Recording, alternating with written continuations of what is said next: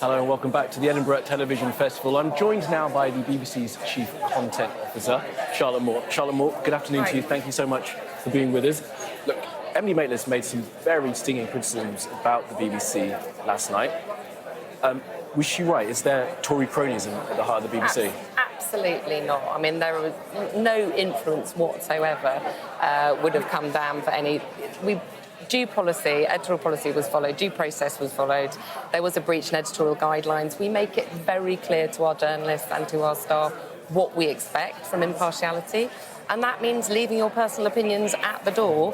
And I think that's what audiences want. I think viewers really, trust that the BBC will be impartial. We know that's what defines us. It's the cornerstone of the BBC. And we've made it a priority and will continue to do so. I mean, that's specifically on the way she behaved in those tweets, and you're right, there was punishment for that. But she was talking about a man called Robbie Gibb, who's now on the BBC board, formerly from GB News, former Conservative Party member. That's the question, isn't it, about having someone like that on the BBC board and the dangers that may well cause. Categorically not true that there was any influence over any appointments. Categorically not true.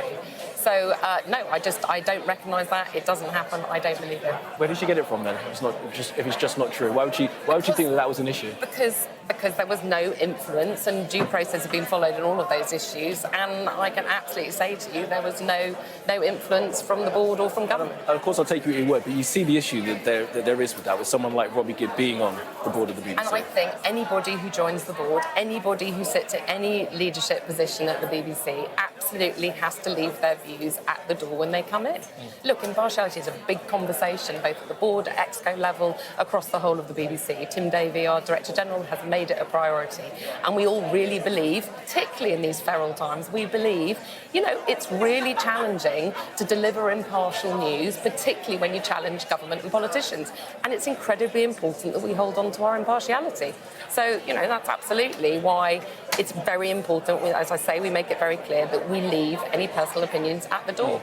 And you're confident that Robbie Gibb, who worked for GB News, is leaving all his personal opinions at the door? He has to. That's what we ask of him. Emily Maitlis talked about this, both sides in this as well, and she talked about this example of where they were trying to find an economist who was critical of Brexit, and it took them 2 minutes to find 6, and it took 5 hours to find... As the Chief Content Officer, I'm not across all the details of news, but I think both sidism is absolutely fascinating, isn't it? And I think due impartiality is something we really have to focus on. I don't think it's about extreme views on either side and that gives you balance. It doesn't give you balance. I think you absolutely have to think about impartiality and a sort of due impartiality on any subject. Because we're at a really interesting time in history, aren't we, right now?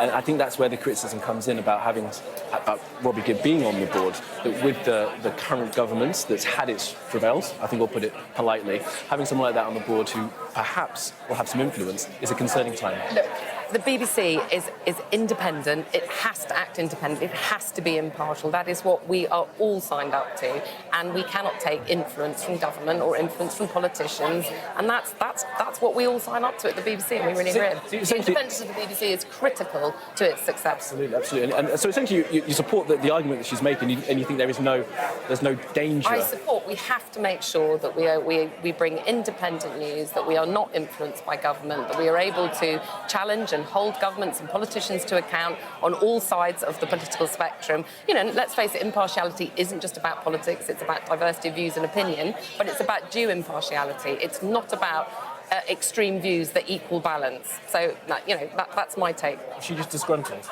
She's just a disgruntled former employee. No, I think, look, we welcome the debate. I mean, I think, it's a really important subject, and I thought the MacTaggart was absolutely, it feels very timely in this world of populism, as she says, and both sidism, and, I thought those were all really interesting subjects for all of us to debate. And I think when we talk about impartiality, I actually really welcome the fact we're having these quite nuanced conversations about what we mean by that, because I think it's really important for viewers to understand and to value the BBC for the fact we do promise impartial, independent, trusted news, and I think that's incredibly valuable in a world where a lot of news is commercially, it's commercially driven, it's profit driven, it's agenda driven, and that's not what the BBC is. It comes from, but that's what the BBC promises. So I think for audiences that's absolutely critical to what we're here to do, and I think it defines us.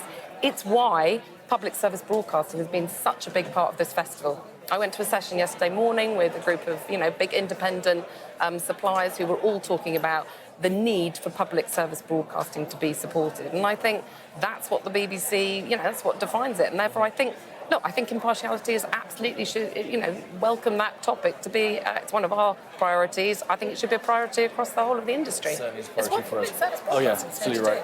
Charlotte, I could talk to you about this all afternoon, but I've got to leave you there. Thank you so much for your time. That's a pleasure. Charlotte Very nice Moore, to thank you very much.